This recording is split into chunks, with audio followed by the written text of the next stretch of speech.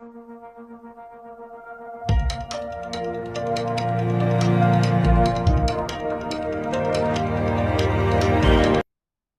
Everyone, welcome to the Learning Loop online educational platform.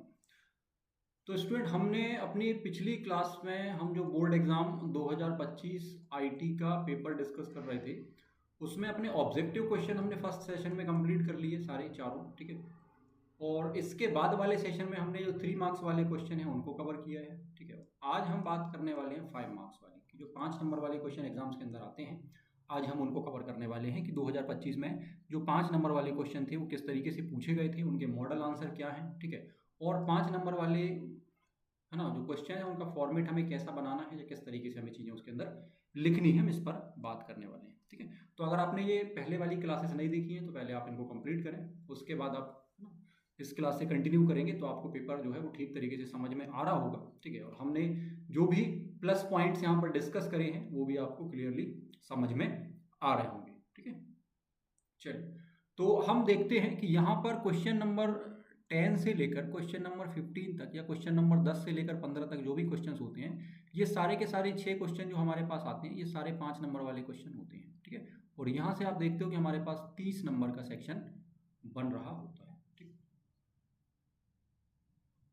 चलिए, तो हम देखते हैं, ठीक है, कि पिछले साल 2025 बोर्ड एग्जाम में पहला क्वेश्चन जो हमसे 5 नंबर वाला पूछा गया था वो क्वेश्चन क्या है। तो आपसे पूछा गया था कि गैर मौखिक संचार के कोई 5 प्रकार लिखें और प्रत्येक प्रकार को एक लाइन में लिखें, है ना। अब यहाँ पर एक बात समझनी पड़ेगी हमें कि क्वेश्चन में हमसे गैर मौखिक संचार के प्रकार पूछे हैं और हमें केवल उसके 5 प्रकार बताने हैं, ठीक है। और हर एक प्रकार को हम क्या कर सकते हैं, एक लाइन में बता सकते हैं, ठीक है। उसका एक एग्जाम्पल लिख सकते हैं। अब हमें इससे हटके नहीं चलना है ना कि हम 4-5 लाइन की गैर मौखिक संचार की परिभाषा लिख रहे हैं, है ना, और हमें 7 प्रकार याद हैं या 6 प्रकार याद हैं तो हम वो लिख के आ गए, तो इससे फायदा कुछ नहीं होगा, है ना, ठीक है ना। इससे ओवर दिखेगा कि हमने जो हमसे पूछा गया है हम उससे एक्स्ट्रा या उससे ज़्यादा चीज़ें बता रहे हैं। तो हमें ऐसा नहीं करना कि हमें बहुत ज़्यादा चीज़ें याद हैं तो हम वो सारी की सारी चीज़ें एग्जाम के अंदर लिख के आ जाए। हमें क्या करना है, एक बैलेंस बनाकर, एक संतुलन बनाकर चलना है। थोड़ा बहुत एक्स्ट्रा चल जाता है पर बहुत ज़्यादा एक्स्ट्रा नहीं चलता, है ना। इसलिए आप देखते हैं कि जो 5 नंबर वाले क्वेश्चन है उसमें वर्ड लिमिट दी जाती है आपको कि आपको 150 वर्ड, है ना, लिमिट जो है इसको क्रॉस नहीं करना, है ना। आप चाहें तो 100 से 120 शब्दों के अंदर अपना एक बढ़िया आंसर बना सकते हैं। जितना कम आप लिख रहे होंगे, ठीक है ना, जितना कम का मतलब ये नहीं है कि 150 है ना वर्ड का क्वेश्चन है तो हम उसको क्या करें, है ना, 50 शब्दों में या 70 शब्दों में खत्म कर दें। इस बात का कहने का मतलब ये बिल्कुल नहीं है ना। कम का मतलब ये है कि हम टू द पॉइंट या पॉइंट्स में जितनी बढ़िया चीजें लिख रहे होंगे, जितने कम शब्दों का उपयोग कर रहे होंगे और अपनी बात उतनी स्पष्टता के साथ हम सामने वाले को बता पा रहे होंगे। क्योंकि नंबर या मार्क्स हमें देने वाला व्यक्ति कौन है, एग्जामिनर है जो हमारी कॉपी चेक कर रहा है। तो हमें ये कोशिश करनी है कि हम उस व्यक्ति को अपनी बात समझा पाएं और बहुत सरल शब्दों में बहुत अच्छे तरीके से हम बात समझा पाएं, है ना, ठीक है। क्योंकि नंबर तो हमें वहीं से मिल रहे हैं, है ना, तो इस बात को हमें समझना पड़ेगा, ठीक। तो चलिए हम स्टार्ट करते हैं, एक मॉडल आंसर देखते हैं इसका कैसा होगा, ठीक है। तो सबसे पहले हम अगर चाह रहे हैं तो हम एक लाइन की परिभाषा लिख सकते हैं, है ना, कि भैया गैर मौखिक संचार इसको कहते हैं, ठीक है। इसके प्रकार निम्न है ना। 2 लाइन में ये खत्म हो गई बात। एक लाइन में हमने इसकी परिभाषा लिख दी, है ना, कि हम इसमें शब्दों का उपयोग नहीं करते, अपनी अब है ना चेहरों अपनी अभिव्यक्ति है ना, मुद्राएं हैं, संकेत हैं, स्पर्श है, इनके माध्यम से क्या करते हैं, संचार करते हैं। गैर मौखिक संचार कहलाता है। इसके प्रकार निम्न है, ठीक है।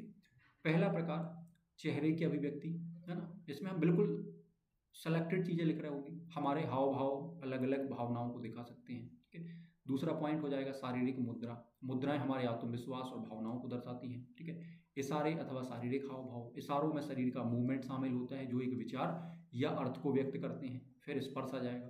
हम स्पर्श के माध्यम से बहुत अधिक संचार करते हैं या इस प्रकार का संचार करते हैं, ठीक है। शारीरिक दूरी, है ना, संचार करते समय 2 व्यक्तियों के बीच शारीरिक दूरी जो होती है, ठीक है, उनके बीच जो संबंध होता है उसको बताती है या उस पर निर्भर करती है कि किस प्रकार का संबंध है, उसके हिसाब से हम दूरी को मेंटेन करके चल रहे हों, ठीक है ना। आंखों का संपर्क, है ना, आंखों से ये पता चलता है कि हम सामने वाले व्यक्ति को कितने अच्छे तरीके से आई कांटेक्ट में, है ना, लेकर चल रहे हैं, ठीक है, या उसकी बातों पर ध्यान दे रहे हैं, ठीक है। पैरा लैंग्वेज या पैरा भाषा, है ना, जैसा हम बोलते हैं हमारे संचार को क्या करता है, प्रभावित करता है। इसमें स्वर की गति, आवाज़, लय, है ना, ये सब चीज़ें क्या होती हैं, मात्रा शामिल होती है। ठीक है, तो यहाँ पर देखो मैंने 7 पॉइंट लिए हैं, तो हमें 7 पॉइंट नहीं लिखना है, 7 में से कोई भी 5 पॉइंट हम क्या कर सकते हैं, एग्जाम के अंदर लिख सकते हैं। ठीक है, इस बात का हमें विशेष ध्यान रखना है। ठीक है, लिखा भी है मैंने नोट करके यहाँ पर कि आपको क्या करना है, कोई 5 पॉइंट ही यहाँ पर लिखने हैं अगर आपको पूरे 5 नंबर चाहिए तो। ठीक है, अब यहाँ पर हम थोड़ी सी बात कर लेते हैं आंसर राइटिंग के जो फॉर्मेट है ना, उसकी हम थोड़ी सी बात कर लेते हैं कि हम 5 नंबर का जो क्वेश्चन है, उस 5 नंबर के क्वेश्चन का फॉर्मेट किस तरीके से हमें रखना चाहिए, जो एक बेस्ट, है ना, फॉर्मेट को रिप्रेजेंट करता है, एक अच्छे आंसर को बताता है, या बाकी लोगों से हम अलग कैसे कर सकते हैं। तो आप देखो यहाँ पर आपसे जो भी टॉपिक पूछा जाता है, आप सबसे पहले उसकी परिभाषा बता सकते हैं 1 से 2 लाइन में, है ना, कोशिश करें कि 1 लाइन या 2 लाइन में परिभाषा बता दी। अब नीचे आप जो आपका मेन क्वेश्चन है वो क्या है, आपसे पूछे गए संचार के प्रकार। तो मेन हमारा जो है वो क्या हो गया, बॉडी पार्ट जो हमसे पूछा गया है ना, जो मेन क्वेश्चन है वो क्या है, हमारा संचार के प्रकार। तो आप यहाँ लिखोगे संचार के प्रकार या गैर मौखिक संचार के प्रकार क्या है, निम्न है। ठीक है, आपने यहाँ पर क्या कर दिए, 5 टाइप, है ना, हमने लिख दिए। ठीक है ना, इसके 5 प्रकार हमने लिख दिए, एक एक लाइन में ये सारे बता दिए। लास्ट में हम क्या कर सकते हैं, एक छोटा सा 1 लाइन का हम क्या कर सकते हैं, निष्कर्ष दे सकते हैं। ठीक है, तो इस तरीके से जब हम अपने आंसर की फॉर्मेटिंग कर रहे होंगे, हर क्वेश्चन में ऐसा नहीं करना हमें, हर क्वेश्चन के लिए मैंने अलग फॉर्मेट बताया हुआ है। ठीक है, किस तरीके से आंसर, है ना, हमें बनाने हैं, किस तरीके से एग्जाम में हमें, है ना, उसको लिखना है। तो ये सारी चीजें आपको बताई गई हैं। ठीक है, नेक्स्ट क्वेश्चन की हम बात कर लेते हैं। आपसे अगला क्वेश्चन 5 नंबर पर पूछा गया था कि सफल उद्यमी के गुण क्या हैं। यहाँ फिर उन्होंने लिख दिया कोई 5। अब यहाँ हमें ऐसा ना हो कि उसके 7 या 9 पॉइंट लिख के आ जाए, है ना। ठीक है, तो बार बार आप ऐसा करोगे तो इससे, है ना, इरिटेशन होता है, या एग्जामिनर को भी अजीब लगता है कि भाई आपसे 5 पूछे गए हैं, आप 7 या 9 क्यों लिख रहे हैं, है ना, जब आपसे पूछे नहीं गए हैं, है ना। तो हमें याद है, अच्छी बात है, और हम उसमें से जो अच्छे पॉइंट्स हैं या सेलेक्टेड 5 पॉइंट्स हैं वो हम लिख सकते हैं। हम 5 से 6 कर सकते हैं, और हम ऐसा ना करें कि 5 पूछे गए हैं तो हम 7 या 9 लिख के आ रहे हैं। ठीक है, इस बात का विशेष ध्यान रखना है। अब यहाँ फिर हम वही फॉर्मेट, सेम फॉर्मेट हम यूज़ कर सकते हैं। हम यहाँ पर क्या कर सकते हैं, है ना, मैंने आपको थोड़ी देर पहले भी डिस्कस किया कि हम यहाँ पर क्या कर सकते हैं, एक परिभाषा लिख सकते हैं। ठीक है, कि सफल उद्यमी, 1 लाइन में हमने उद्यमी की परिभाषा लिख दी। अब हम बॉडी पार्ट में बता रहे हैं कि सफल उद्यमी के गुण निम्न है। पहला ये हो गया, है ना, उसके अंदर हमने 1 लाइन लिख दी। दूसरा गुण ये हो गया, उसके अंदर हमने 1 लाइन लिख दी। तीसरा गुण ये है, उसके अंदर 1 लाइन। ऐसे ही हम चौथे में करेंगे, और सेम हम क्या कर रहे होंगे 5वें में। हमारे 5 पॉइंट बन गए, और लास्ट में हम क्या करेंगे, एक पॉजिटिव, एक अच्छा, 1 लाइन में क्वेश्चन को खत्म कर देंगे, एक अच्छा निष्कर्ष यहाँ पर हम दे देंगे। ठीक है, तो इस फॉर्मेट को हम इस क्वेश्चन में यूज कर सकते हैं, बिल्कुल कर सकते हैं। ठीक है, तो हम ऐसे भी लिख सकते हैं, है ना, पॉइंट्स के फॉर्म में, कि वे अपने आप को लेकर आश्वस्त हैं, कि वे खुद और अपनी क्षमताओं पर विश्वास करते हैं, वे अपने व्यापार में नए विचारों को आजमाने की कोशिश करते हैं, वे धैर्यवान होते हैं, वे रचनात्मक और व्यावसायिक विचारों के बारे में अलग तरह से सोचते हैं, वे अपनी जिम्मेदारी के प्रति क्या होते हैं, है ना, जिम्मेदारी लेते हैं, है ना, वे उनके बारे में सोचने के बाद निर्णय लेते हैं। ठीक है, कड़ी मेहनत करते हैं, है ना, कठिनाइयों का सामना करते हैं, हार नहीं मानते। तो ये 2 छोटे छोटे 2 या 3 पॉइंट्स को मिला के हम 1 लाइन या 1 पॉइंट्स भी बना सकते हैं। ठीक है ना, तो ये हम अपनी समझदारी से इन चीज़ों को क्या कर सकते हैं, बहुत बेहतर तरीके से लिख सकते हैं। तो पर ध्यान ये रखना है कि हम पॉइंट्स 5 ही बना रहे होंगे ना, या हम 5 लाइन ही वहाँ पर 7 लाइन ही क्या कर रहे हो, लिख रहे हो, है ना। ठीक है, पॉइंट्स हमें, अगर हम नंबरिंग कर रहे हैं तो 5 से ज़्यादा वहाँ पर ना लें। ठीक है, अगर हम इस तरीके से पॉइंट्स के फॉर्म में लिख रहे हैं तो हम 2-2 लाइन का क्या कर सकते हैं, एक छोटा छोटा पॉइंट, है ना, 2 लाइन का 1 पॉइंट इस तरीके से हम बना सकते हैं। ऐसे भी हम इसको क्या कर सकते हैं, लिख सकते हैं। ठीक है, आगे हम बात करते हैं। अगला क्वेश्चन आपसे पूछा गया है, रिलेटिव और एब्सोल्यूट हाइपरलिंक को क्या करना है, आपको एग्जांपल के साथ बताना। जहां उदाहरण लिखा है वहां उदाहरण मैंडेटरी है या जरूरी है, आपको बताना ही पड़ेगा। जहां नहीं लिखा है वहां हम चाहें तो एक एक छोटा सा एग्जांपल लिख सकते हैं, पर जहां लिखा हुआ है कि आपको उदाहरण शायद उस चीज को एक्सप्लेन करना है या समझाना है, तो वहां जरूरी हो जाता है कि हम क्या करें, उसको लिखें। ठीक है, तो रिलेटिव और हाइपर, रिलेटिव और कट करना पड़ेगा, रिलेटिव और एब्सोल्यूट हाइपरलिंक हमें बताना क्या होता है। तो आप बताएंगे कि हाइपरलिंक रिलेटिव और एब्सोल्यूट हो सकता है। मतलब हाइपरलिंक दोनों प्रकार का हो सकता है। कैसा हो सकता है, रिलेटिव भी हो सकता है और एब्सोल्यूट भी हो सकता है। एक पूर्ण हाइपरलिंक जो है संपूर्ण जगह को स्टोर करता है ना। जो आपका पूर्ण हाइपरलिंक होता है वो क्या करता है, संपूर्ण जगह को स्टोर करता है।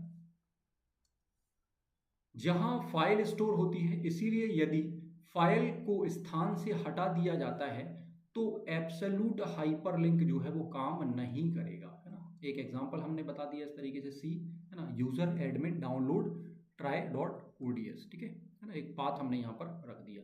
तो एक ये क्या है, एक एब्सोल्यूट लिंक है, क्योंकि यह फाइल के पूर्ण पथ को या पाथ को क्या कर रही है, बता रही है कि आपको सबसे पहले सी ड्राइव में जाना है, फिर यूजर वाले सेक्शन में जाना है, फिर एडमिन में जाना है, फिर डाउनलोड में जाना है, तो वहां आपको try.ods मिल जाएगा, ठीक है। इसको हम क्या बोलते हैं, एब्सोल्यूट हाइपरलिंक कहते हैं, ठीक। अब रिलेटिव में क्या होता है, तो एक रिलेटिव हाइपरलिंक जो है ये वर्तमान स्थान के संबंध में स्थान को क्या करता है, संग्रहित करता है।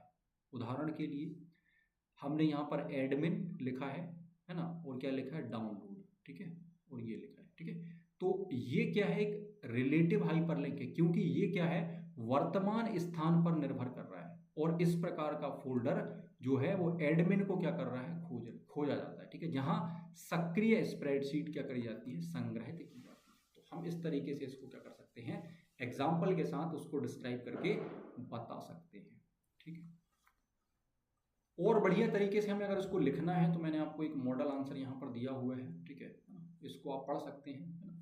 क्लास कंप्लीट होने के बाद आप टेलीग्राम पर जाएंगे तो आपको ये जो भी मैं क्लासेस आप यहाँ पर आपकी ले रहा हूँ या ऑनलाइन पढ़ा रहा हूँ, इसकी जो क्लास नोट्स हैं और वो भी आपको वहाँ पर कंप्लीट मिल जाएंगे, और इसको हम PDF में कन्वर्ट करके आपको टेलीग्राम पर दे देते हैं, ठीक है। तो वहाँ से आप इसको ईजिली क्या कर सकते हैं, डाउनलोड कर सकते हैं और आप इसको पढ़ सकते हैं, ठीक है। तो ये पूरी की पूरी फाइल जो है आपको PDF फॉर्म में टेलीग्राम पर मिल जाएगी, वहाँ से आप इसको डाउनलोड कर सकते हैं, ठीक है ना।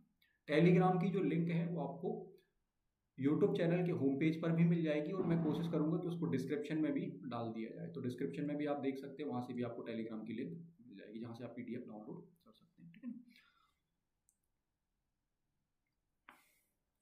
अगले क्वेश्चन की हम बात करते हैं। क्वेश्चन नंबर 13 आपसे पूछा गया था कि लिब्रे ऑफिस राइटर में इमेज को इंसर्ट करने की जो स्टेप हैं या चरण हैं उनको आप बताएं।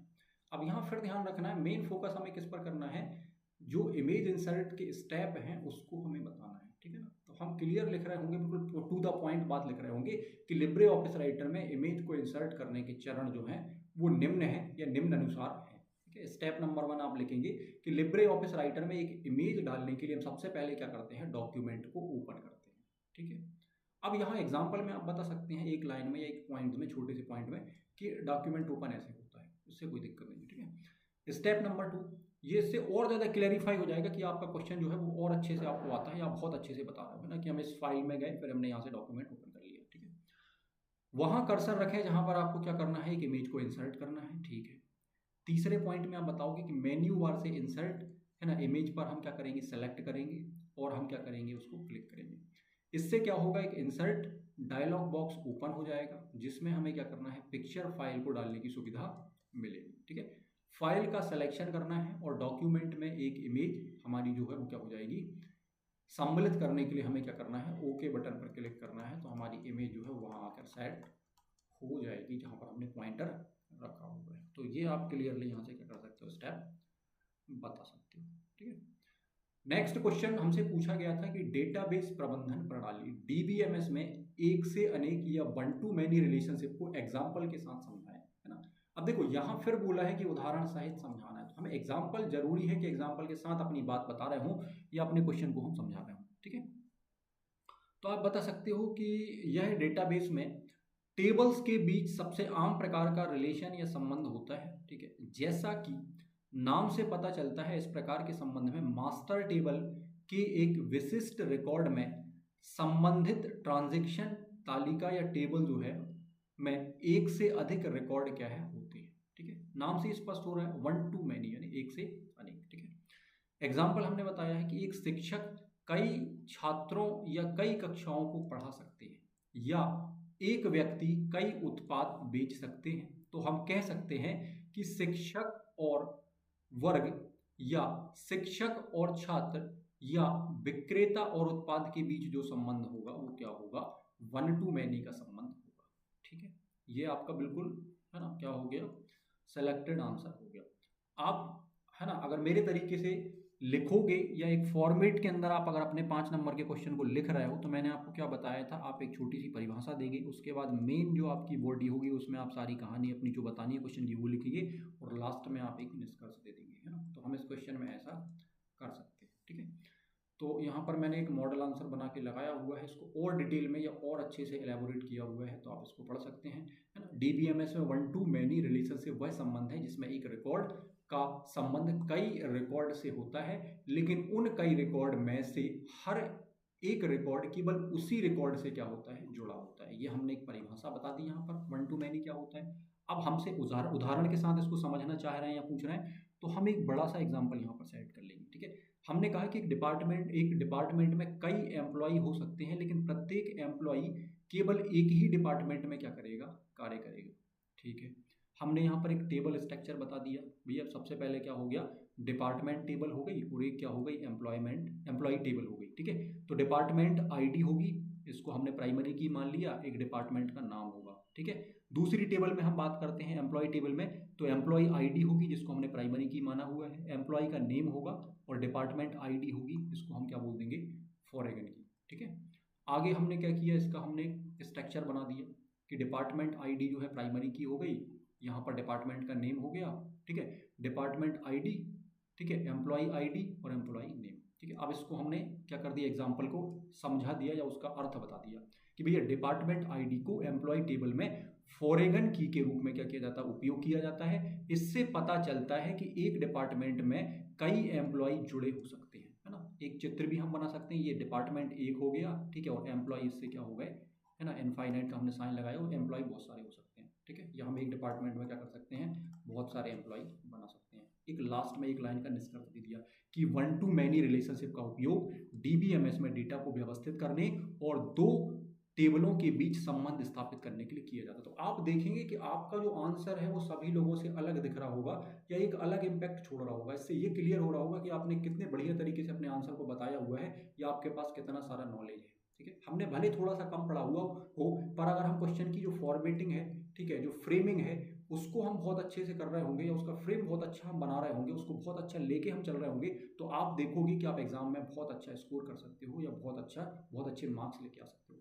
ये सारी चीज़ें सीखने के लिए आप हमसे अलग से भी जुड़ सकते हैं या क्लासेस के माध्यम से जुड़ सकते हैं, वहाँ पर आपको एक एक चीज़ बहुत बारीकी से बताई जाएगी, ठीक है।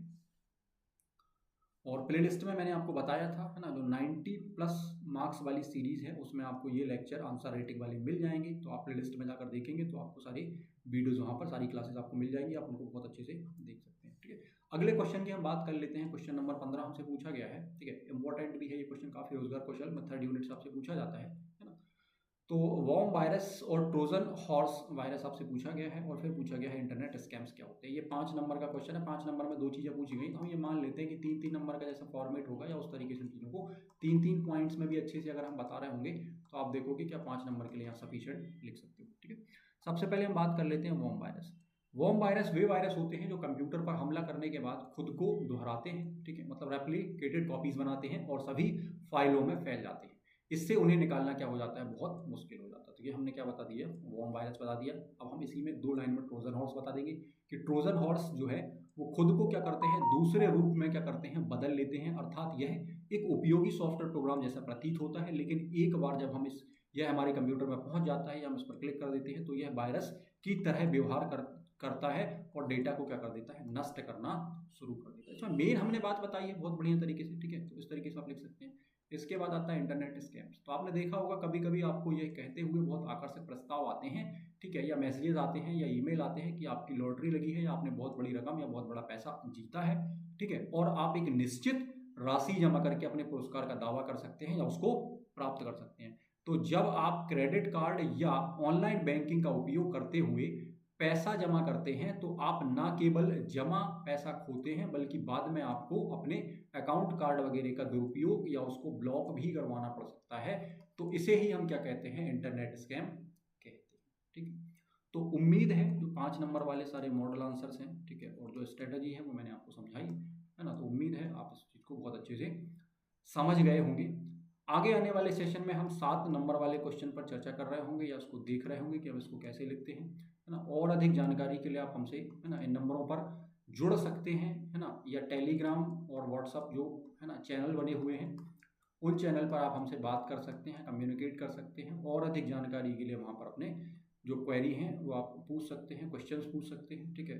वीडियो के नीचे कमेंट्स के माध्यम से भी आप चीज़ें जान सकते हैं, ठीक है, या अपनी समस्या बता सकते हैं, ठीक है। और क्लासेस में अगर आप जुड़ना चाहें तो मैंने आपको बता दिया है कि आप संपर्क कर सकते हैं। क्लासेस में आपको आंसर राइटिंग, ठीक है, पूरा फॉर्मेटिंग वगैरह सारी चीज़ें बारीकी से बताई जा रही है, एक एक चीज़ आपको डिटेल में वहाँ पर मिल रही होगी, ठीक है।